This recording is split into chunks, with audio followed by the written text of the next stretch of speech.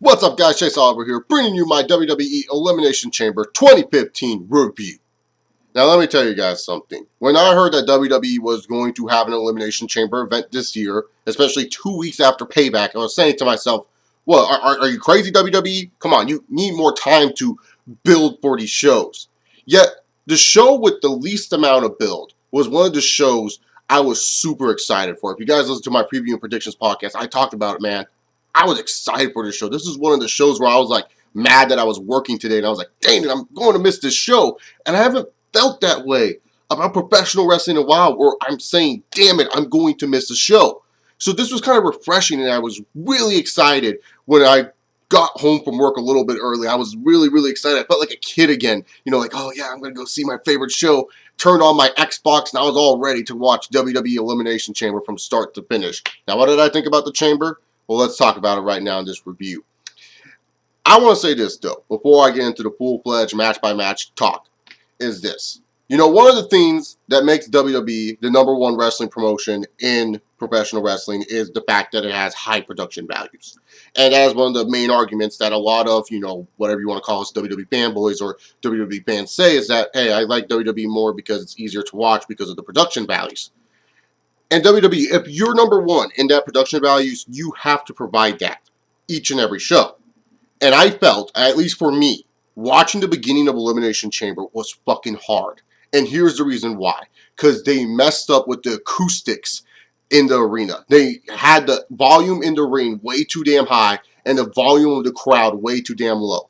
It was just ridiculous. Watching that chamber match, you could hear superstars calling spots. You could hear Paige. You know, Paige is already notorious for calling out her spots during her matches. Well, just think about this 10 times louder in that Divas triple threat match that they had. You heard Paige calling spots, and they didn't bother to fix this until it was John Cena and Kevin Owens. The third match on the card, they didn't bother to fix this until it was John Cena and Kevin Owens, and Vince probably heard Kevin Owens calling a spot to John Cena, and he decided to fix it. Look, I get it, WWE.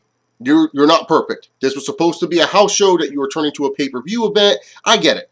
But if you are going to make this a pay-per-view and you are going to make this worth the money, make sure your acoustics and your sound settings are correct. Because really, to be honest, that hurts the product. That makes the product look bad, in my opinion. It really does. I mean, when you're hearing guys call out their spots and you know what they're going to do, it doesn't make the match fun to watch. When you're hearing the Divas call out their spots, it doesn't make it fun to watch. It just shows that the WWE doesn't care about those first 2 matches. And that the only time that they decided to fix the damn acoustics was when John Cena was in the flipping ring.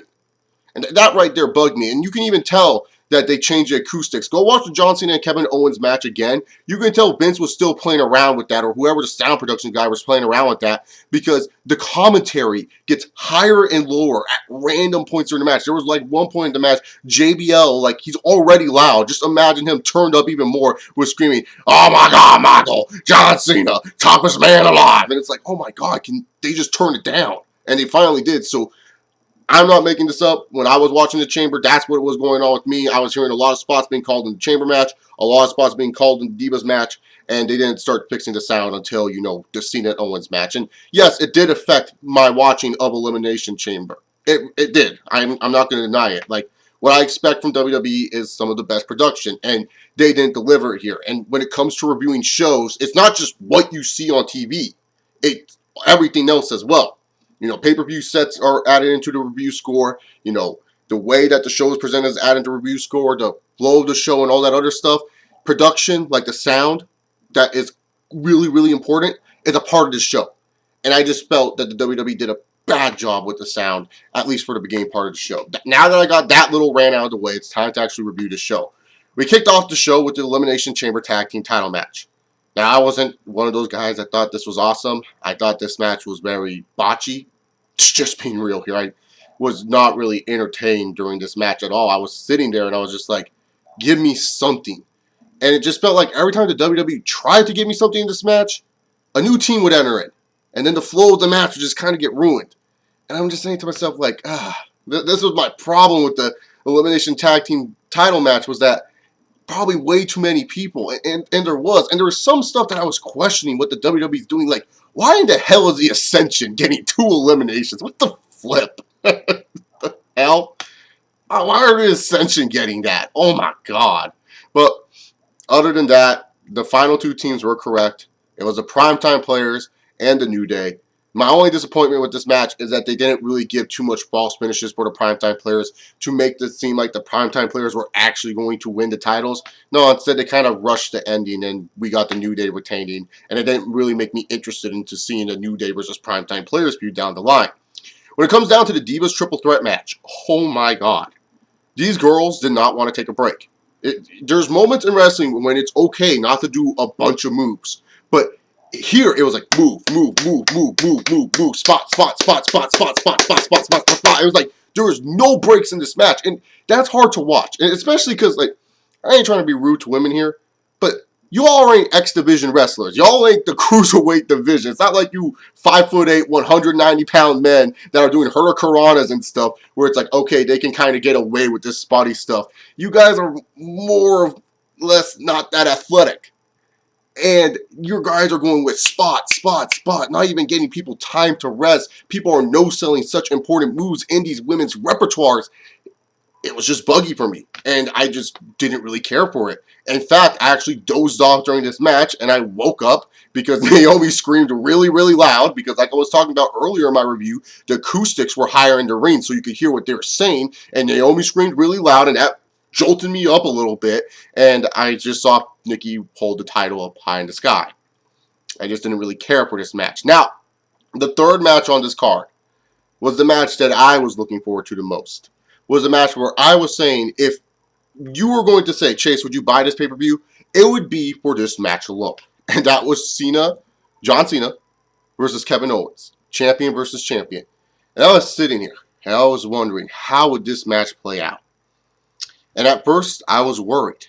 Because when I was watching how this match was playing out, just seeing Kevin Owens beat down John Cena, I was getting into the negative, pessimistic wrestling fan inside of me, where I was like, oh, God, this is a typical John Cena match. Soon he's going to hit the 5 moves of doom, the AA, maybe a false finish here, a false finish there. Boom, boom, boom, boom. Like, that's what I was expecting from this match. But instead, I got a really, really good match. A really, really good match. With a really surprising victory for me.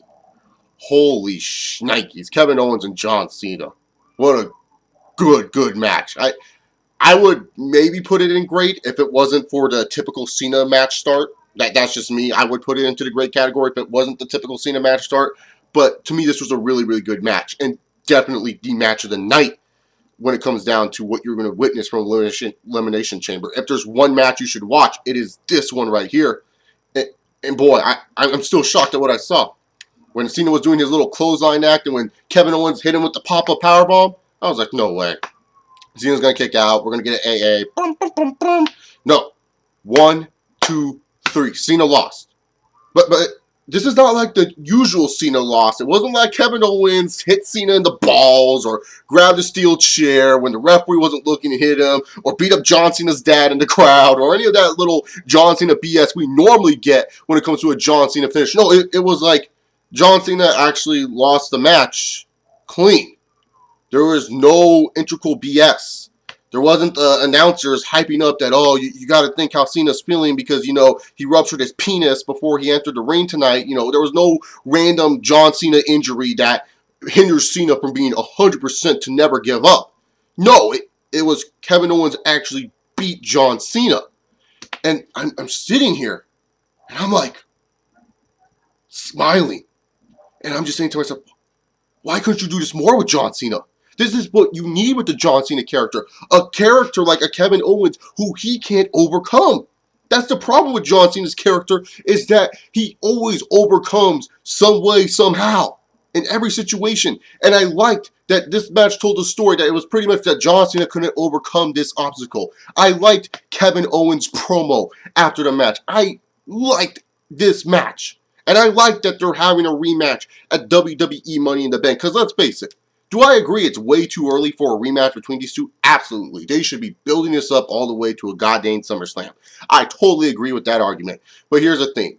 Right now, professional wrestling needs some sort of spark. The WWE, they're not good at long-term booking anymore. You see what most of their long-term plans end up happening. Nothing good. There hasn't been anything good long-term booking-wise. Y'all didn't really like Roman Reigns winning the Royal Rumble, even though that was booked months in advance. Brock Lesnar being WWE Champion, you know, yes, there's a lot of Lesnar fans, but a majority of the people did not like Brock Lesnar being WWE Heavyweight Champion for a long period of time. When it comes down to long-term booking for the WWE, especially when Vince McMahon's in charge with Kevin Dunn and Michael P.S. Hayes, ain't going to get it done. Ain't going to be good. So WWE, I'm fine with you doing Cena versus Owens 2 at Money in the Bank. I will talk more about this in a future video, so this video doesn't go on way too damn long. But do not blow your load with this one, because you blew your load later tonight. You blew your damn load later tonight, which kind of made me upset.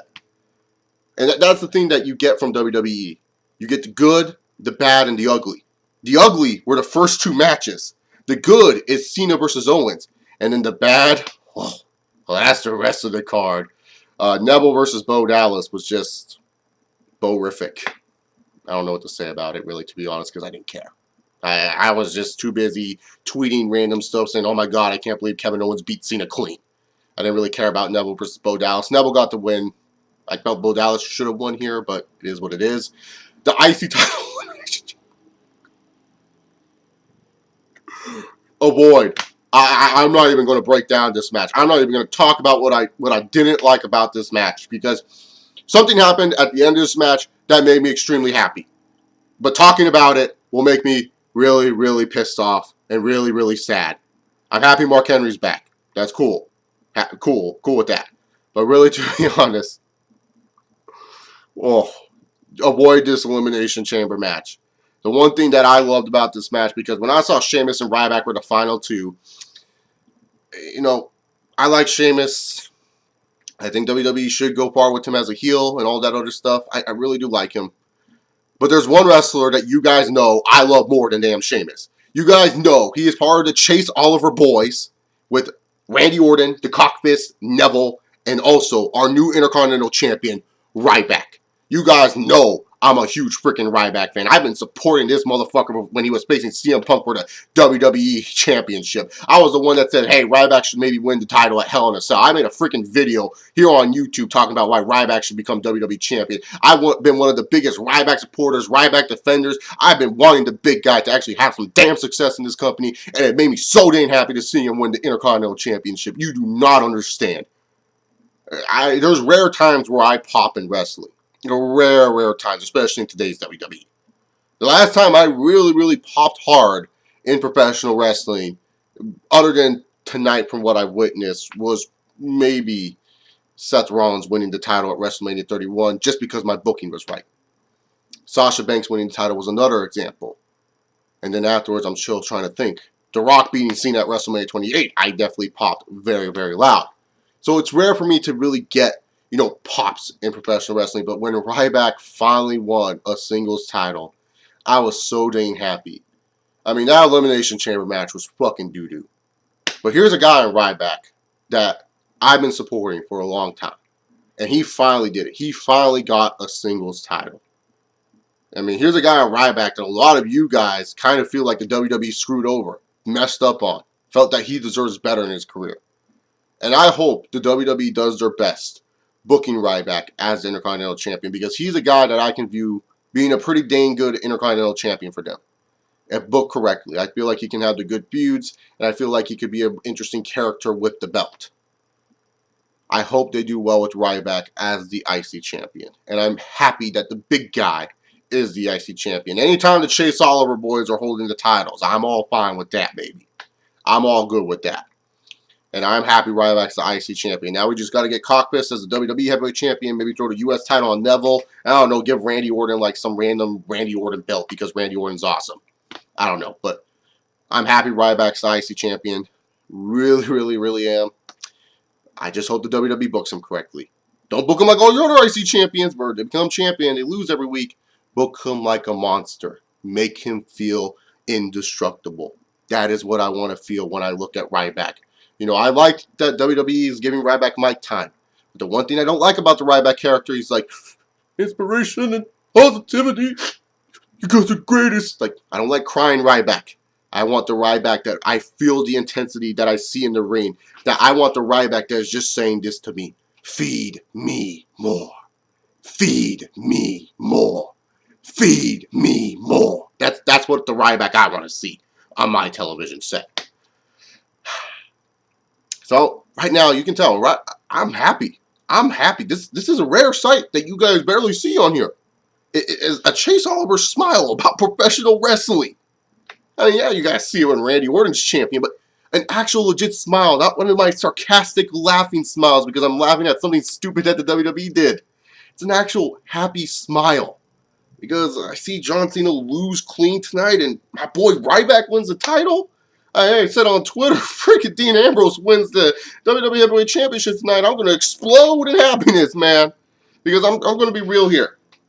I like Seth Rollins. You guys know if you watch my videos, I've said he has improved so much as a heel. I felt he should have been the guy that walked out of WrestleMania as champion because I said he would make a good heel champion. But here's the thing. Seth Rollins, as heel champion, has been very, very disappointing. As in, he's been too chicken shitty. You know, there's chicken shit heels that get their way and get away with winning the way that they do. And then there's a Seth Rollins chicken shit heel where he needs help every single fucking minute. And every ending to his pay-per-views feel lackluster. Look at a good book chicken shit heel like Edge. Edge was a good example of what a chicken shit heel should feel like when they're booked. Because yes, even though you knew probably Edge was going to win in some bullshit way, it felt unique and it didn't feel forced and it didn't feel like, oh my god, WWE, you're blowing your load with having Edge win this way. No, it felt fine. With Seth Rollins, every pay-per-view, it just feels like, oh my god, WWE, you are forcing this. I get it. You want to have the build-up of where Seth Rollins is this champion, he's always escaping the odds, and then Brock Lesnar comes and tries to beat the shit out of him. But let me tell you, WWE, as I mentioned earlier, your long-term bookings don't really pay off that well. Roman Reigns winning the Rumble. Brock Lesnar as your long-reigning champion. What makes you think Brock Lesnar versus Seth Rollins would be a good payoff? Because Seth Rollins and Dean Ambrose, I'm going to be honest here, the match-wise, this was a Raw and SmackDown match main event in a pay-per-view. Let's just be real. Let's just call it how we see it. This was a Raw and SmackDown match main event in a pay-per-view. The only thing that probably made this feel pay-per-view worthy is when Dean Ambrose freaking hit the double arm DDT, the dirty deeds right onto Seth Rollins, made the pin, the referee came out 1, 2, 3, and Dean Ambrose won the championship. That was the only thing that made this feel pay-per-view worthy at all of a match. Other than that, this felt like any Raw, SmackDown type of match you would see out of Seth Rollins and Dean Ambrose. It did not feel like a big, epic encounter between these two. And I was just, you know, I get it. Some people are going to be like, but Chase, that's how the WWE should make you feel. Upset that Seth Rollins kept the belt and Dean Ambrose wasn't champion. No, here's the thing. I'm fine with this chicken heel shit booking. I totally get it. But I just wish WWE would have let it simmer down a little bit. Would have just made us think that Dean Ambrose was actually a champion. You could have still done the shit that you did with Cockfist coming out and making the save for Dean Ambrose at the end of the night. That would be fine. You know, the Authority beats him down, and now comes Cockfist, and he helps Dean Ambrose up, and he raises the belt with him. You know, that's fine. You know, that's good. Planting some seeds between Reigns and Dean Ambrose further down the line, maybe. That would have been good. But instead it was just like, you know, WWE was just like, oh, okay, yeah, Dean Ambrose won the title. You know, we're going to get fans ultra excited. And instead of letting this simmer and having people talking about like, oh my God, Dean Ambrose is going to enter Raw as a champion. What's going to happen? And then, you know, unfolding the angle on Raw, you do it in one night. You blow your load in one night. And this is some of the bad stuff WWE does, is when they blow their load in one night. It's like, Jesus, can you all just let stuff simmer down sometimes? Just let it settle. Just relax. It's fine if Dean Ambrose just has a 1-month title reign. How many 1-month title reigns does John Cena have? The Rock is like infamous for having like 1-month title reigns. A lot of The Rock's championship reigns are not that damn long. So to me personally, I just feel WWE, because they're trying to build this storyline for Seth Rollins and Brock Lesnar, that instead of making something interesting for Monday Night Raw the next night, or even Money in the Bank 2 weeks away, they just kind of want to blow their load tonight, and then have the same matches that we were seeing tonight happen at Money in the Bank, except instead of seeing chamber matches, we're going to see ladder matches. I mean, let's face it, Dean Ambrose and Seth Rollins, we know they can do better. They're probably going to face again at Money in the Bank. Why why can't we just have Dean Ambrose walking as champion as Money in the Bank? And then have Seth Rollins win there? Because at least there, with Dean Ambrose at least being champion for, I don't know, like 14 days maximum. At least there, we could say, hey, Dean Ambrose can beat Seth Rollins. And so that way you can go back to Ambrose and Rollins if he gets over the Brock Lesnar mountain. You know what I'm saying? I'm just saying right here, it's okay for Seth Rollins to lose. It's not like it's one big payoff for seeing Brock Lesnar just kick the living shit out of Seth Rollins. Because to me personally, I don't find that fucking entertaining. I know a lot of people like Suplex City and all that other stuff. And don't get me wrong, Brock Lesnar as a babyface is pretty damn cool. But I don't feel like that's the ultimate payoff here. Because, like I stated earlier in this video, WWE needs a lot of spark. Professional wrestling in general just needs a lot of spark and people buzzing. You want people to keep buzzing about this event, you should have just let Dean Ambrose become champion for tonight and then continue on the story on Monday Night Raw. That's just my personal opinion. Because I wouldn't be as mad. I wouldn't, like, I'm fine with the ending. Like, don't get me wrong. Like, chicken shit heel ending, good stuff. But I just wish the WWE would have just let it simmer a little bit. Just would have said, you know what? Calm down. Let's calm down a little bit and see where this goes. Because, hey, maybe Dean Ambrose, maybe he's the better fit. Just saying. Because Seth Rollins is champion right now. Yeah, almost in the thumbs down area. At least in my opinion. Overall, though, WWE Elimination Chamber 2015. I gotta say, for this show, pretty decent. I thought I was going to put a high grade on it. No, it's a decent show. Decent showing by the WWE. Cena versus Owens was definitely the match of the night. Definitely something that I enjoyed a lot. Not just the factor of John Cena losing clean. I thought the story was really, really good. You know, John Cena, the guy who overcomes everything, couldn't overcome a certain obstacle. Jesus, what a fucking storyline. Took you long enough to think about it, WWE, but they're finally doing it. And that's interesting. I just kind of wish there was some endings that they just let simmer down a little bit more. You know, Dean Ambrose and becoming champion. That was a nice little cool moment for a little bit, but I wish they would have just let it simmer. So that way, when this pay-per-view would have ended, it was just like, holy crap, we do have a new champion. Oh my God, I'm excited to see Raw.